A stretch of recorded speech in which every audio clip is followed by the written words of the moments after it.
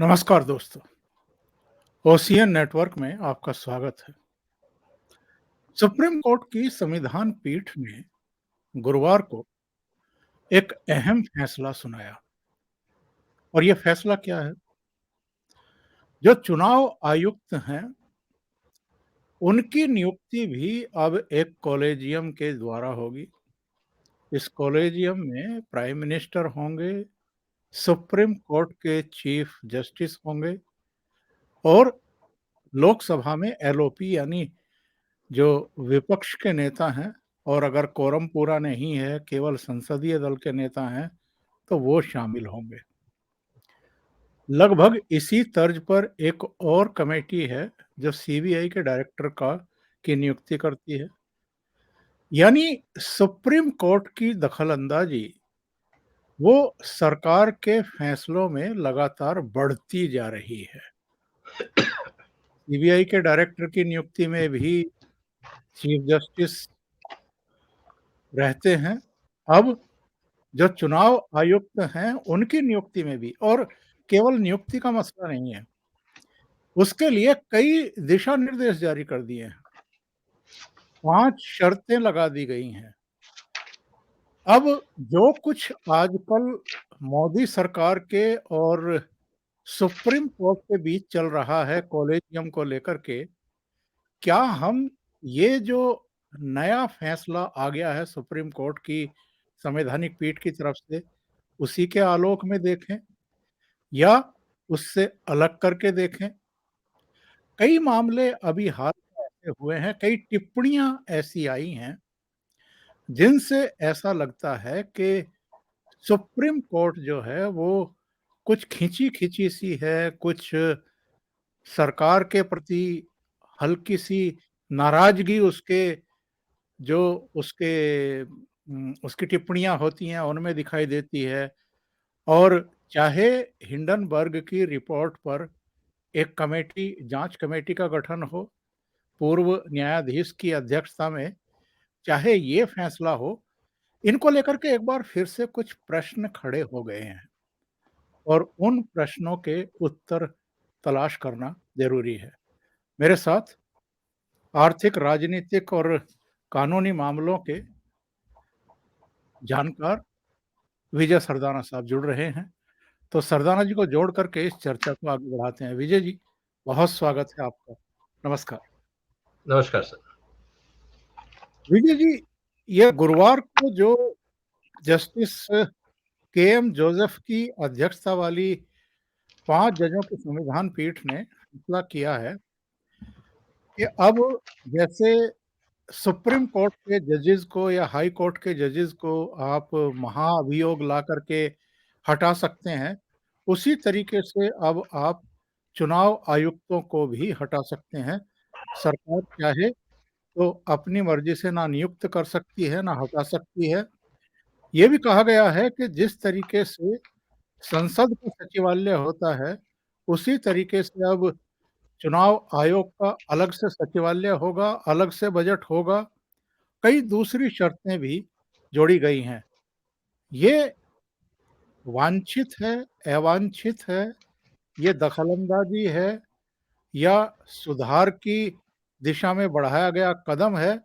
लगे हाथ ये भी कहा गया है कि ये व्यवस्था तब तक लागू रहेगी जब तक कि सरकार कोई कानून ना बना दे। तो क्या सरकार को एक तरीके से अब बाध्य होना पड़ेगा कि वो कानून लेकर के आए? ओंकार जी, सबसे पहले आपको और सभी दर्शकों को मेरा प्रणाम। जी, बहुत स्वागत है। सर, संविधान में जब बना था, हम जिस संविधान के बारे में अक्सर कहा करते हैं सुप्रीम कोर्ट में और बाकी जगह पे भी, उसमें एक कहा था सेपरेशन ऑफ पावर। अब सेपरेशन ऑफ पावर में भी बहुत क्लियर है कि जजेस का क्या रोल होगा, जुडिशरी का मतलब क्या होना चाहिए, पार्लियामेंट का क्या होगा, पॉलिटिकल सिस्टम का क्या होगा और जो एग्जीक्यूटिव्स हैं उनका क्या होगा। ये बहुत डिफाइंड है। अब दो इंटरेस्टिंग चीजें हैं सर कि कॉन्स्टिट्यूशन में ये लिखा था आर्टिकल 124 में कि जजेस के अपॉइंटमेंट कैसे होंगे। ये संविधान में लिखा था, जी, जी। जिसको सुप्रीम कोर्ट ने नहीं माना, जबकि वहां पे बहुत क्लियरली लिखा हुआ है कि अपॉइंटमेंट कैसे होंगे। सुप्रीम कोर्ट ने कहा नहीं, हम इसको नहीं मानते, हम अपना कानून बनाएंगे। तो वहां पे अवहेलना हो गई। क्या आपने जजेस ने सुप्रीम मतलब कॉन्स्टिट्यूशन को माना या नहीं माना, ये आज समाज में चर्चा का विषय है। पुराने जजेस ने क्या कहा है, सीनियर एडवोकेट्स ने क्या कहा है, हर तरह पे हर जगह इसकी चर्चा हो रही है। आज बात आ रही है, अभी हम बात कर रहे थे आर्टिकल 124 की अपॉइंटमेंट ऑफ जजेस को लेके। आज हम बात कर रहे हैं आर्टिकल 324 को लेके, जहां पे इलेक्शन कमिश्नर के ऊपर मतलब इलेक्शन कमिश्नर कैसे अपॉइंट होंगे, उसकी रूपरेखा क्या होगी, जो संविधान में लिखा हुआ है उसको हम नहीं मानेंगे, हमने अपनी तरफ से व्याख्या कर दी। अब सवाल यह है सर कि क्या जुडिशरी का रोल संविधान बनाना है या संविधान की व्याख्या है? पहला सवाल। दूसरा, क्या हम ये मैसेज देना चाह रहे हैं कि जब तक जुडिशरी किसी सिस्टम में इन्वॉल्व नहीं होगी, वो सिस्टम ट्रस्टवर्दी नहीं हो सकता? क्या हम ये मैसेज देना चाह रहे हैं? और अगर हम ये मैसेज देना चाह रहे हैं तो सर किस संदर्भ में देना चाह रहे हैं? कि एक समाज में एक कोई मान लीजिए घटना हो जाती है, तो आप क्या उसके लिए कानून बदलेंगे या आप उस आदमी के कंडक्ट को देखेंगे? हो सकता है कि आपको पसंद नहीं हो किसी का अपॉइंटमेंट, मैं मानता हूं इस बात को, लेकिन वो आदमी कॉम्पिटेंट हो, क्यों नहीं हम उसको अपॉइंट करेंगे सर? तो आप ये कैसे कह सकते हैं? हाँ, अगर किसी ने, चाहे वो आदमी को आपने ओवरनाइट अपॉइंट किया हो, जैसे मर्जी किया हो, अगर आपको एक कॉम्पिटेंट आदमी मिल जाता है तो क्या आप उसको इस्तेमाल नहीं करेंगे समाज के लिए? हमने देखा आज तक कि इतने सारे पॉलिटिशियन हैं जिन्होंने पूरी जिंदगी लगा दी चुनाव लड़ने में, लेकिन पार्टी उसको टिकट नहीं देती। तो वहां एक्सपीरियंस काम नहीं आता है, वहां कॉम्पिटेंसी काम आती है। एक ब्यूरोक्रेट जो रिटायर हुए, उसको भारत सरकार ने मंत्री बना दिया, और वो जितने पॉलिटिशियन और सो कॉल्ड सीजन्ड पॉलिटिशियन थे, उनसे अच्छा काम कर रहे हैं। तो अब आप ये कह सकते हैं कि नहीं साहब, आप ब्यूरोक्रेट को मंत्री कैसे बना सकते हैं? इसका प्रोसीजर ठीक नहीं है। हम एक प्रोसीजर बनाएंगे कि कोई ब्यूरोक्रेट मंत्री नहीं बनेगा। तो सर, आप हिंदुस्तान के टैलेंट को क्या रेस्पेक्ट नहीं देंगे? मेरा ये कहना है कि आप हर जगह अगर ये चाहते हैं कि एक water tight system, pre defined system बने, तो फिर सर शरिया कानून और डेमोक्रेसी में फर्क क्या हो गया? वहां तो हर चीज डिफाइंड है ना। चोरी करते हुए पकड़ा गया, हाथ काट दो, आपको पूछना ही नहीं है सर। आपने ये कर दिया तो आप गोली मार दो, उसका कत्ल कर दो, उसको पत्थरों से मारो, वहां सब डिफाइंड है। वहां जजमेंट का कॉन्सेप्ट नहीं है।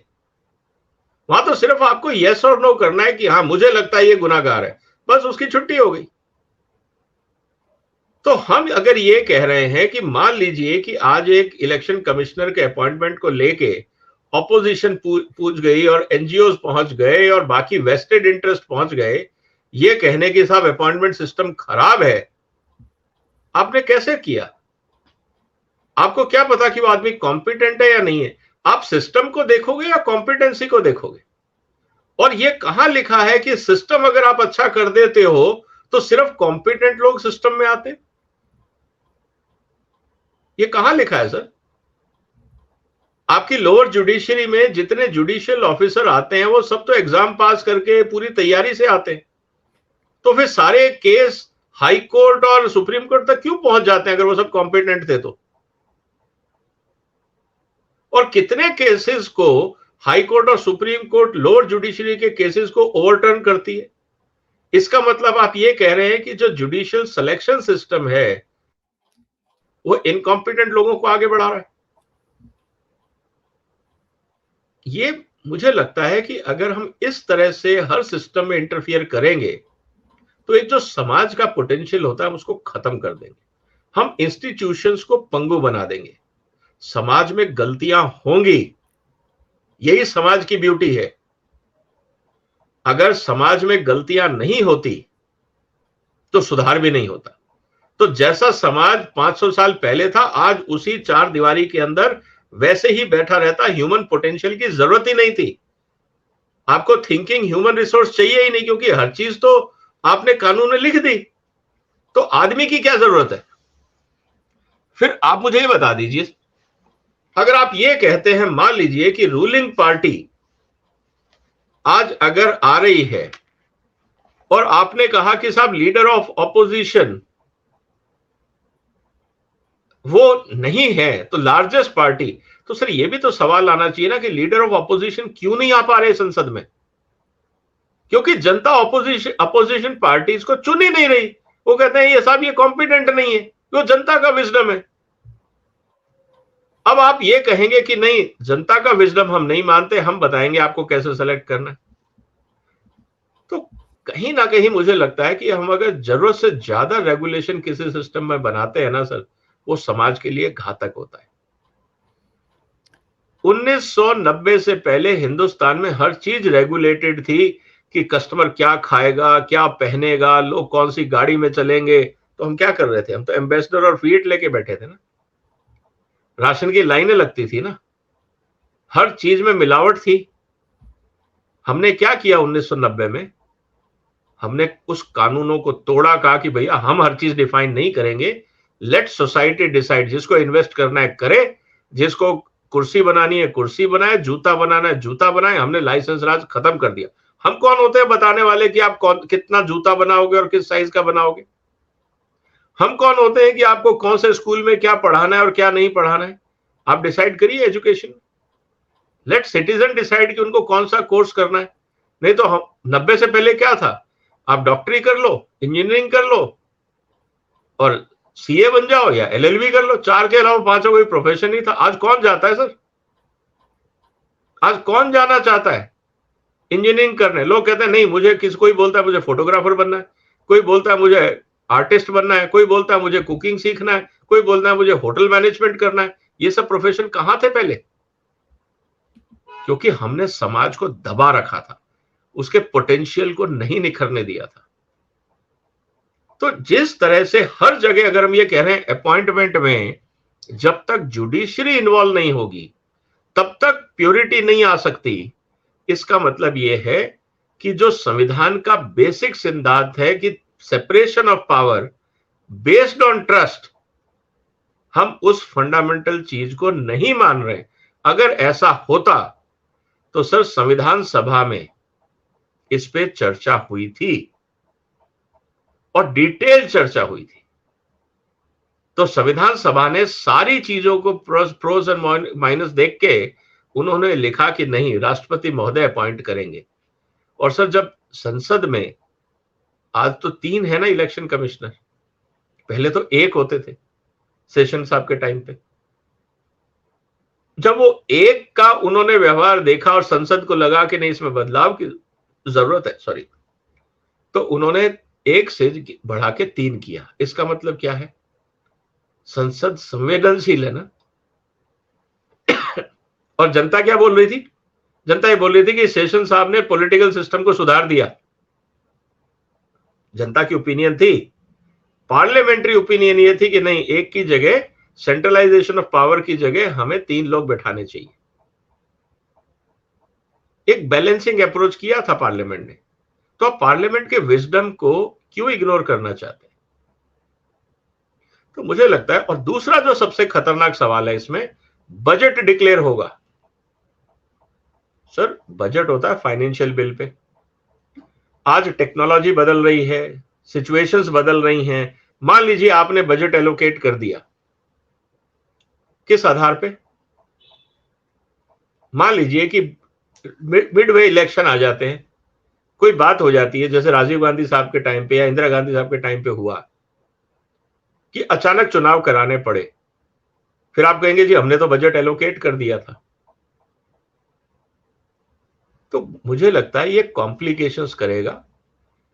अगर सिस्टम में खामी है तो आप हाईलाइट करिए सरकार को कि देखिए आपने ये किया है, आप इसमें जो भी है आप अपना कानून बनाइए लेकिन इसमें सुधार करिए। लेकिन ये कहना कि वहां पे जजेस बैठेंगे और तभी सिस्टम सुधरेगा, ये एक अच्छा मैसेज नहीं है। इससे ये पता लगता है कि हमें इलेक्टेड रिप्रेजेंटेटिव पे भरोसा नहीं।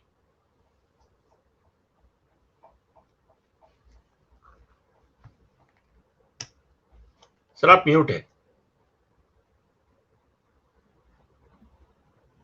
जी, जी। इसमें ये कहा गया है लोकतंत्र में चुनाव निसंदेह निष्पक्ष होना चाहिए और इसे सुनिश्चित करने की जिम्मेदारी ईसी की है, चुनाव आयोग की है। क्या ये कहना चाहता है सुप्रीम कोर्ट, संविधान पीठ, कि देश में चुनाव निष्पक्ष नहीं हो रहे हैं? जो सरकारें चुनी जा रही हैं, वो गलत तरीके से चुनी जा रही हैं? सर सवाल ये है, बात वही जो आपने उठाया कि निष्पक्षता आप किसको मान रहे हो। आज अगर लोग सवाल उठाएं कि साहब हम न्याय की बात कर रहे हैं कि कानून जो है वो सबको एक हिसाब से देखेगा, हम यही उम्मीद करते हैं न्याय में। तो सर एक सीनियर एडवोकेट एक पॉलिटिशियन का केस लेके आता है, आप तुरंत हियरिंग शुरू कर देते हैं। लेकिन एक गरीब आदमी बाहर खड़ा होकर ढूंढता रहता है, यार कोई वकील बता दो, मेरे पास पैसे नहीं है, उसको न्याय नहीं मिल पाता। गलती किसकी है? क्योंकि अगर आप वकील नहीं कर सकते तो आपको न्याय नहीं मिलेगा। क्या संविधान में ये लिखा हुआ है? क्योंकि तब आप कहेंगे हमारे तक वो पहुंचा नहीं, तो आप सिस्टम बनाइए ना, बाहर एक लेटर बॉक्स लिख दीजिए कि भैया जो जो प्रताड़ित है वो सुबह अपनी यहाँ पर्ची डाल ले, हम उन सबको बुला लेंगे अंदर और पूछेंगे तुम क्यों दुखी हो। कहने का मतलब ये है सर कि डेफिनेशन कौन बनाएगा और कैसे बनाएगा। और जहां तक बात है निष्पक्ष चुनाव की, तो सर निष्पक्षता का मतलब क्या है? कहीं डेफिनेशन है? किसको आप निष्पक्ष बोलेंगे? सबको बराबर का मौका मिल रहा है। अगर आज आप इलेक्शन कमीशन में जब मुद्दा आता है फ्री बीज का, जब मुद्दा आता है जातिवाद का, जब मुद्दा आता है क्राइम का, जब मुद्दा आता है कि एक मास वोटिंग एक कम्युनिटी करती है, तो क्या वो निष्पक्ष है? फिर आप कहेंगे नहीं इंडिविजुअल की चॉइस है, तो इंडिविजुअल तो कभी निष्पक्ष हो ही नहीं सकता sir. Human being by nature are biased. निष्पक्षता की डेफिनेशन क्या है? अगर आप और हम मित्र हैं और एक पड़ोसी कोई अनजान आदमी सड़क से निकल रहा है और हम कोई चाय पी रहे हैं, मैं तो आपको ऑफर करूंगा ना, उसको सड़क पे जाने वाले को थोड़ी ऑफर करूंगा। फिर आप कहेंगे जी आप पक्षपात कर रहे हैं। बिल्कुल कर रहा हूं, आप मेरे मित्र हैं। तो निष्पक्षता की डेफिनेशन क्या है? जैसे हिंदुस्तान में आज तक करप्शन की डेफिनेशन नहीं है सर, निष्पक्षता की डेफिनेशन क्या है? सेक्युलरिज्म की डेफिनेशन क्या है?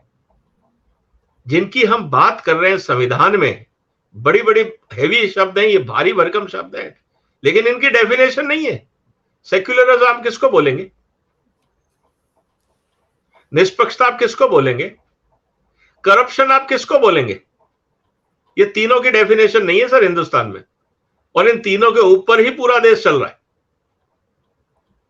तो कहने का मतलब ये है सर कि हर आदमी अपना इंटरप्रिटेशन करता है अपने हिसाब से।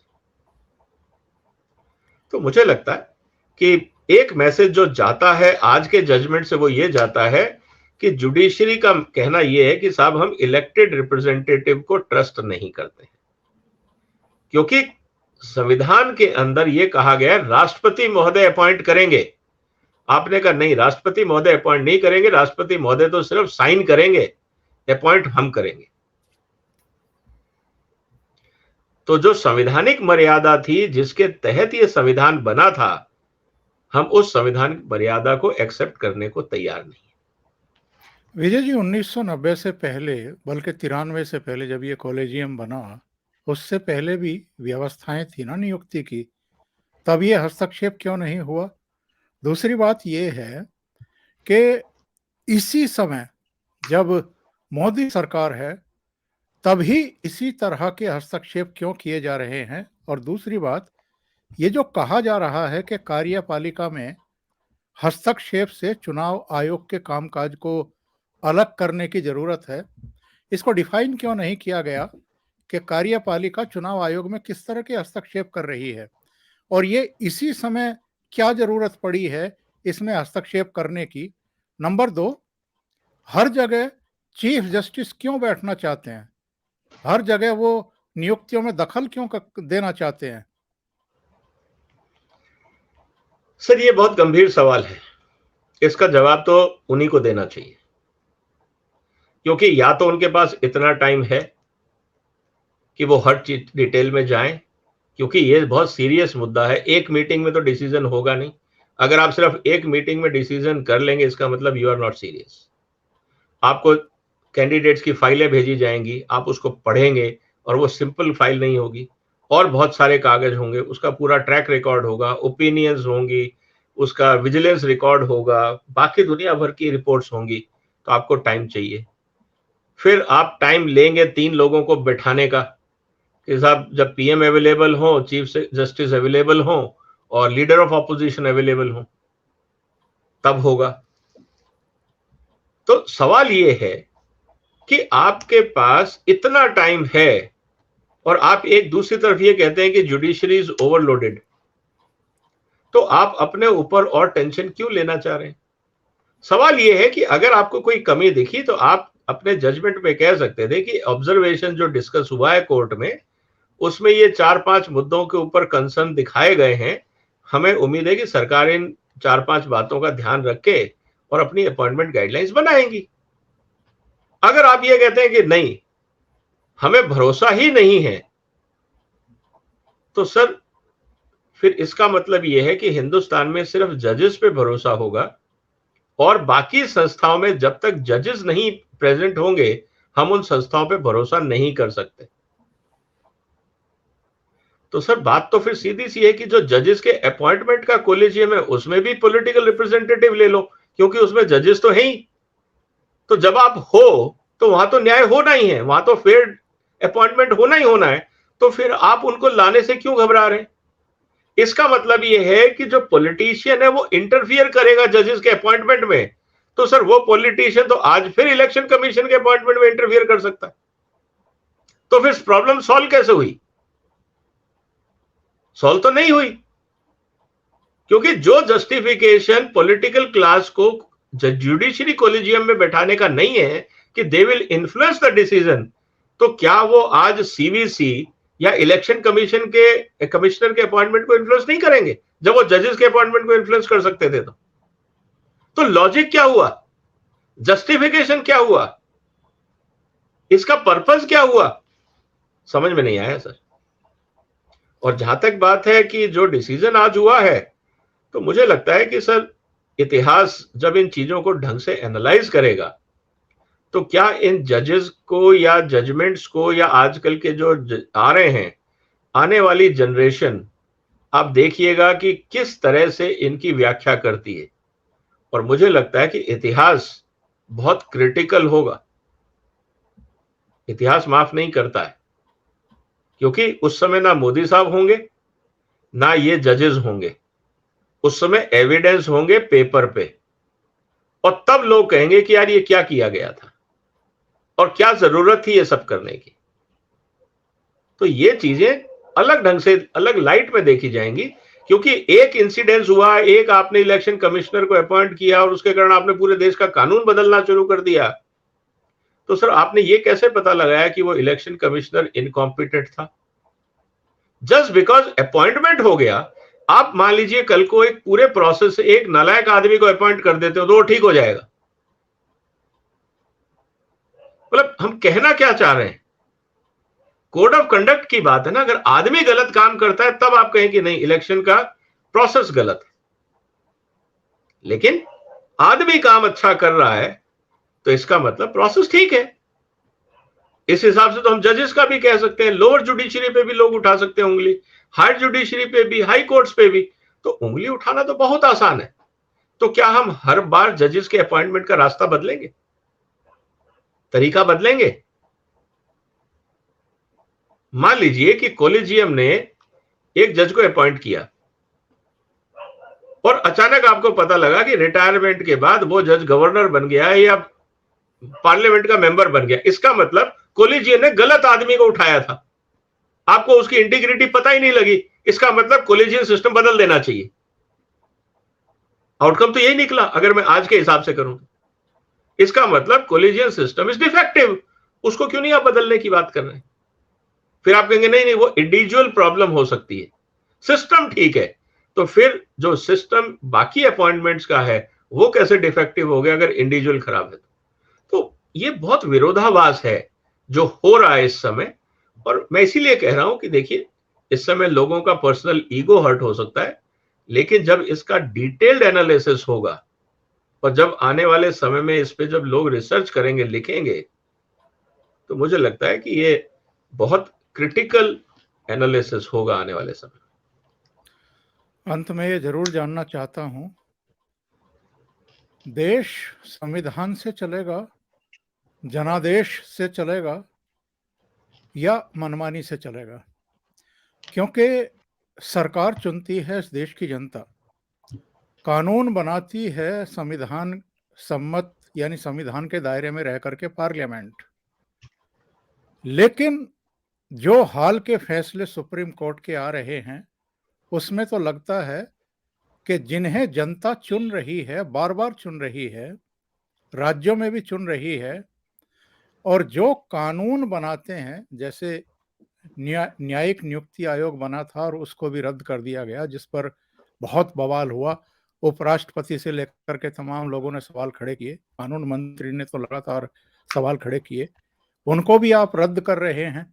इसका मतलब ये है, ना आप चुनी हुई सरकार का सम्मान करने को तैयार, ना पार्लियामेंट का, ना संविधान का। ऐसे देश चलेगा क्या? मनमानी चलेगी क्या? और सवाल सबसे बड़ा फिर ये उठ जाएगा कि फिर इनका इलाज क्या है? सर देखिए, समाज में ना बदलाव आता है और ये जो डेवलपमेंट्स हो रही हैं, मेरा ये कहना है कि ऑनरेबल सुप्रीम कोर्ट को एक पब्लिक ओपिनियन सर्वे करवाना चाहिए। सारे न्यूज़पेपर्स को एक पब्लिक ओपिनियन सर्वे कराना चाहिए कि क्या जो चल रहा है वो ठीक है या गलत है। क्योंकि कभी कभी हमें लगता है कि हम जो सोच रहे हैं वो ठीक है। इलेक्टेड रिप्रेजेंटेटिव पे जो डिसीजन हो रहे हैं, इससे एक बात सामने आ रही है कि साहब इलेक्टेड रिप्रेजेंटेटिव पे हमको भरोसा नहीं है, क्योंकि एक पार्टी बहुमत से आ गई। अगर यही त्रिशंकु लोकसभा होती तो शायद ये जजमेंट ठीक होता, क्योंकि उस समय आपको लगता है कि सबको बराबर बराबर की हिस्सेदारी है, तो ठीक है यार, काउंटर बैलेंसिंग हो रहा है। क्योंकि अब जनता ने एक पॉपुलर गवर्नमेंट को बना दिया एब्सोल्यूट मेजॉरिटी में, उसको अगर डाइल्यूट करनी है, उसकी पावर, जनता के चुने हुए प्रतिनिधि और उनकी सरकारों की पावर अगर डाइल्यूट करनी है तो कोर्ट इंटरवेंशन करेगा। क्या ये डेमोक्रेसी के हित में है? अगर जनता ऑपोजिशन को नहीं चुन रही है तो उनके कर्म है। अगर वो जनता को कन्विंस नहीं कर पा रहे, जनता के बात बीच में जाके अपनी बात नहीं कह पा रहे, जनता उनके कारनामों को जानती है और इसलिए चुनाव नहीं, उनको जिता नहीं रही है, तो इसमें प्रॉब्लम किसको है? और ऐसा तो नहीं है कि स्टेट्स में दूसरी पार्टियां नहीं आ रही। आज भी जहां चुनाव हुए हैं वहां ऐसा तो नहीं है कि लैंडस्लाइड हुआ है। छोटे बड़े कैंडिडेट जीते हैं, निर्दलीय जीते हैं, बहुत सारा कुछ हुआ है। इसका मतलब यह है कि जनता का विजडम है कि किसको कहां बैठाना है। हम उसको क्यों अंडरमाइन करते हैं? हम ये क्यों समझते हैं कि कोर्ट्स और जजेस no better than public when it comes to social life और पॉलिटिकल लाइफ? कहीं ना कहीं मुझे ये लगता है कि हम लोगों को लगता है कि इस देश का भविष्य निर्माता हम हैं। इस देश को हम बनाएंगे, हम चलाएंगे, हम बताएंगे देश के में क्या सही है क्या गलत है। सर ऐसा तो औरंगजेब ने भी किया था ना, कि देश हिंदुस्तान के लिए क्या सही है। बाबर ने भी किया था, अकबर ने भी किया था, औरंगजेब ने गुरु गोविंद सिंह के बच्चों को चुनवा दिया था अपने नशे में। क्या हुआ? आज कौन पूछ रहा है औरंगजेब को? लेकिन गुरु गोविंद सिंह के बच्चों को जब चुनवाया तो आज लोग जाके उन बच्चों के पैर छूते हैं, क्योंकि वो सच्चे थे, वो समाज के साथ थे, पावर के साथ नहीं थे वो। तो पावर में रह के आपको समाज अलग ढंग से दिखता है और समाज में रह के समाज आपको अलग ढंग से दिखता है। और अगर ऐसा नहीं है तो सर, जो रिटायर्ड जजेस हैं वो क्यों बोलते हैं कोलिजियम सिस्टम खराब है, लेकिन जो सत्ता में इस समय पावर में जजेस है वो कहते हैं कोलिजियम सिस्टम ठीक है, लेकिन जो रिटायर्ड जजेस हैं वो कहते हैं कोलिजियम सिस्टम खराब है। इसका मतलब क्या है? जब आप सत्ता में होते हैं तो नजरिया अलग होता है, जब आप सत्ता के बाहर जाते हैं तो नजरिया बदल जाता है। तो इसका मतलब क्या है? जब आप समाज में बैठते हैं रिटायरमेंट के बाद तो आपको ज्यादा समझ आती है, जब आप कुर्सी पे होते हैं तो आपकी सोच सीमित हो जाती है। यही तो बताता है। तो कहीं ना कहीं मुझे लगता है कि जुडिशरी को एक पब्लिक ओपिनियन लेना चाहिए कि जनता ये जो फैसले आ रहे हैं इससे जुडिशरी की साख बढ़ रही है या घट रही है। इससे कोई फर्क नहीं पड़ता कि सत्ता में मुस्लिम मोदी हैं या राहुल गांधी हैं या कोई तीसरी पार्टी है, इससे कोई फर्क नहीं पड़ता। पब्लिक ओपिनियन 140 करोड़ लोग होते हैं। हो सकता है कि दिल्ली में आर्ग्यू करने वाले 50 वकील होंगे, उससे कोई फर्क नहीं पड़ता। फर्क यह पड़ता है कि एक देश की 140 करोड़ जनता क्या सोचती है। 50 आए और 50 गए, हजारों वकील आते हैं, हजारों जाते हैं, देश नहीं बदलता। गीता भगवान कृष्ण ने हजारों साल, 8000 साल पहले कही थी, आज तक चल रही है। संविधान में कितने अमेंडमेंट हो गए? वो मूल्य थे, समाज के मार्गदर्शन के मूल्य थे, वो आज तक टिके हुए। जब आप कानून बनाते हैं ना वाटर टाइट, उसको हर 5 साल 10 साल बाद आपको बदलना पड़ता है, क्योंकि हवा का भाव बदल गया है। तो आप ये समझ रहे हैं कि कानून और संविधान समाज के ऊपर है, ये गलतफहमी है। मुझे लगता है बहुत कहीं ना बहुत इस बात को जी जी समझना होगा। बहुत बहुत धन्यवाद विजय जी, इतना समय निकालने के लिए। आपकी व्यस्तता में जानता हूँ अगले प्रोग्राम में आपको जुड़ना है। अभी के लिए इतना ही। आप जुड़े, इतना समय निकाला और एक बहुत ही महत्वपूर्ण मुद्दे पर चर्चा की है। Thank you so much. Thank you नमस्कार। सर। नमस्कार। वंदे मातरम। नमस्कार। वंदे मातरम।